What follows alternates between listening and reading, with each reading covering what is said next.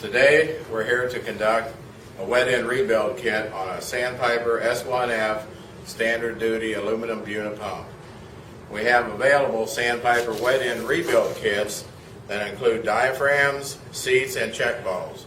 This particular wet end kit you can refer on the back side as the part number as a 476-194-360, and also the components listed for each wet end kit.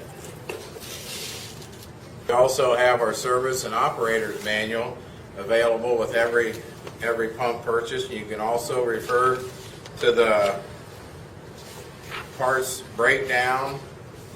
You can also download the service and operator manual online at warrenrupp.com. The S1F unit we have selected today, we've already removed the suction manifold, discharge manifolds, and the check valves and seats. So to get to the diaphragm assemblies, underneath the outer chamber we need to remove the 8 cap screws on the outside with a 1/2 inch.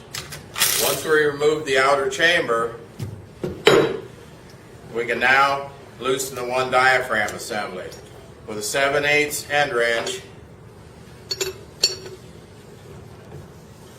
simply unscrew the diaphragm plate assembly from the diaphragm rod. You should have the outer plate, the diaphragm, and the inner diaphragm plate. There's also a bumper underneath the plate assembly. Remove all these items and all you'll have was the diaphragm rod sticking out. Sometimes this assembly will come out with the diaphragm rod, so as you remove this, you may have the rod come out with it. With the second chamber cap screws removed, remove the second chamber. You should be able to just lift the assembly out.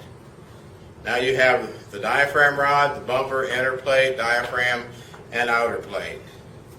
Remove the rod from the outer diaphragm plate assembly. We clamp this in a vise with soft jaws with the diaphragm rod clamped in the vise with the soft jaws. We can now remove the second outer diaphragm plate.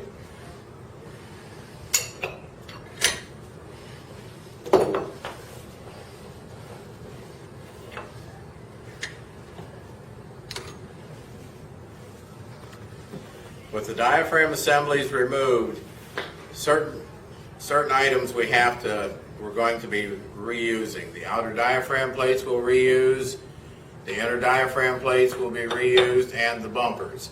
You want to save these components, clean them, inspect them. You want to look at certain areas like these radiuses to make sure they are nice and round. If for some reason they have worn a sharp edge on them, you may need to dress them up, re-round the outer chambers, take the sharp edge off of them.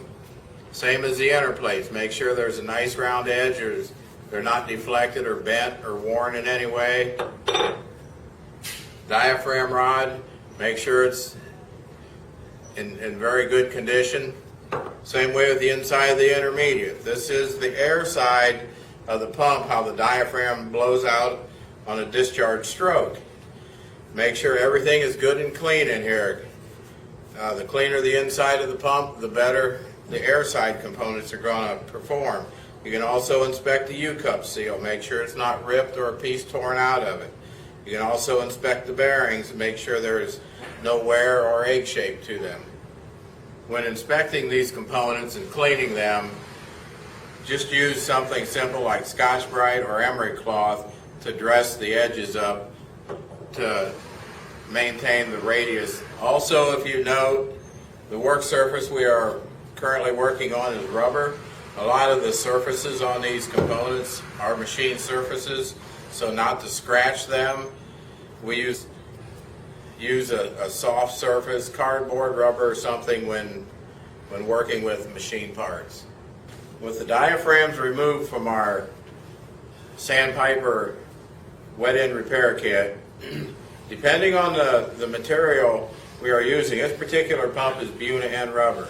So we want to put a little bit of lubrication on several areas so the outer diaphragm plate doesn't give you a false torque and grab on the rubber.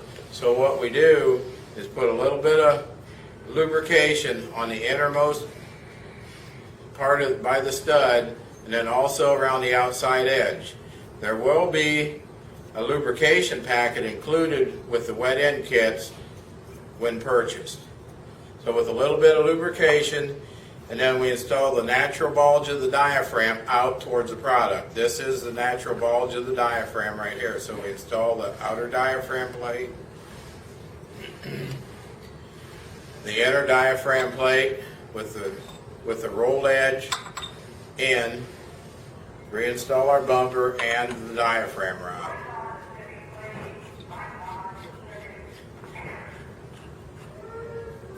At this time, we also want to lightly lubricate the bearing and the U-cup seal on both sides.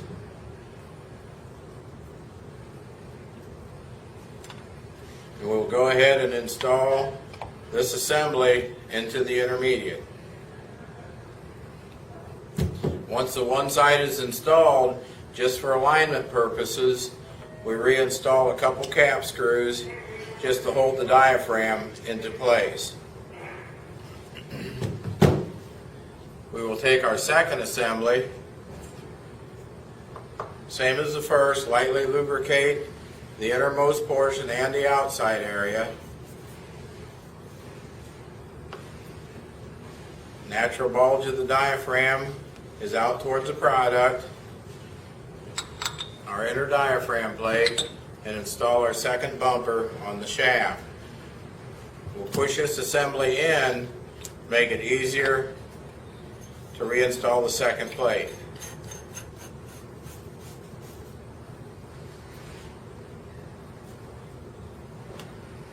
From here, we will need to use a torque wrench to torque this assembly to specifications of 360 inch-pounds. We will need to hold the one side with a 7/8 end wrench, and then the opposite side we will torque with our torque wrench set at 360 inch-pounds.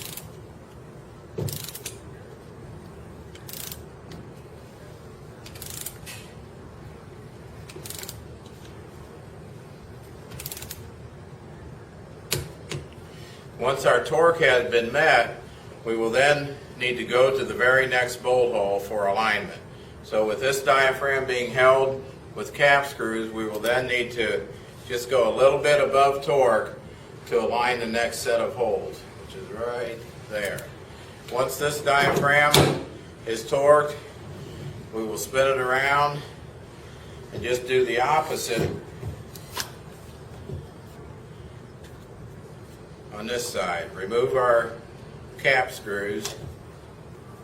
Once we have secured the opposite diaphragm in place, same as before, we'll hold this diaphragm and make sure we have met torque on both sides. Actually,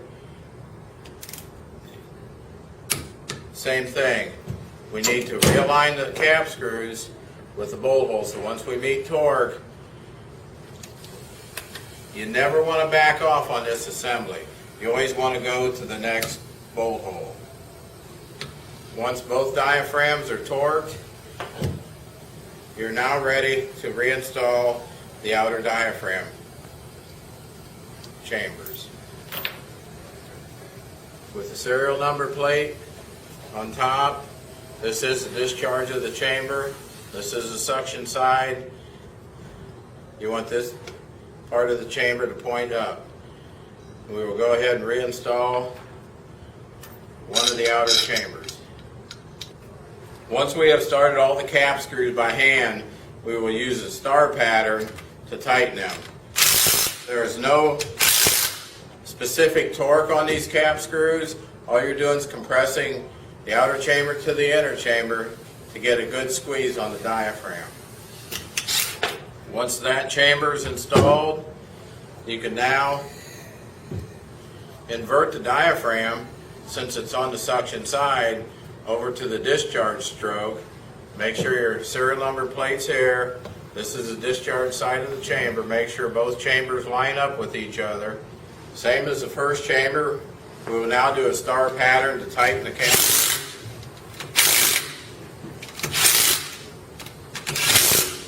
Once both outer chambers are installed, we are now ready to install our manifold assemblies, check balls, and seats. Prior to installation of these components, you really need to check the ball guides in your chambers to make sure no sharp edges or worn areas inside here. If you see any sharp edges, use emery cloth, crocus cloth, or something to dress the sharp edges up. It could cause premature wear on a check ball and in other areas. So please make sure the ball guides are in good shape prior to installation of the check balls. The check ball seats, there is no up, there is no down. They can go in either way. So we're going to install the check balls, one on each side, one seat on each side. Our suction manifold can go on either way. It really doesn't matter. Once we get it lined up, similar to our outer chambers, we usually like to do a star pattern from one side to the other.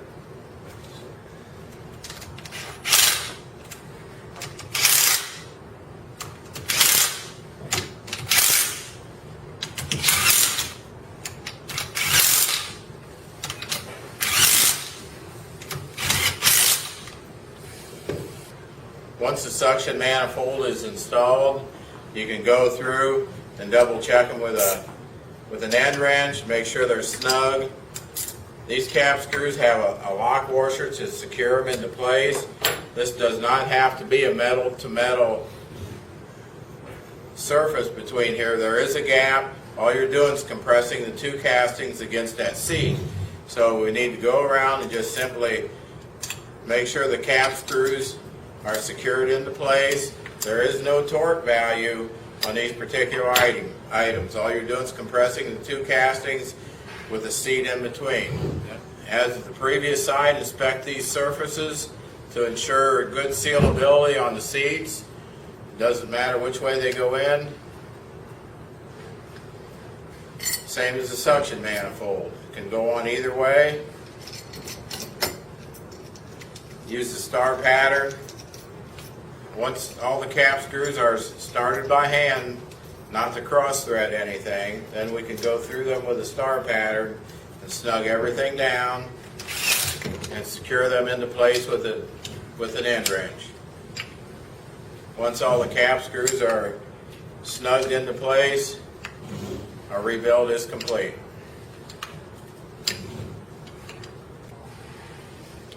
Make sure when repairing one of the Sandpiper units that all the components in the wet end kit are utilized. We have 2 diaphragms, 4 seats, and 4 check balls. Make sure you replace both diaphragms in the pump. If one diaphragm fails, both diaphragms are going to have the same amount of time on them. So it's important to use all the items out of our repair kits when rebuilding a pump. Also, our pumps are rebuilt with standard wrenches. This particular unit requires very few tools and pretty much a standard set of sockets, standard set of end wrenches. We did use a 3/8 drive impact gun for ease of disassembly and reassembly. Also, once the unit is repaired, you can also put it on a test tank. Check your pressures, run it slow for priming. Once the pump has run a little bit and primed, check it for leaks. Double check all the hardware and the fasteners to ensure that the cap screws have stayed secure into place. And then once the unit is in a system and up to operating temperature as well, and check and inspect for leaks in case any of the gaskets or anything have creeped. And once the unit has run for a short period of time, it should be good to go that you can run at full air capacity.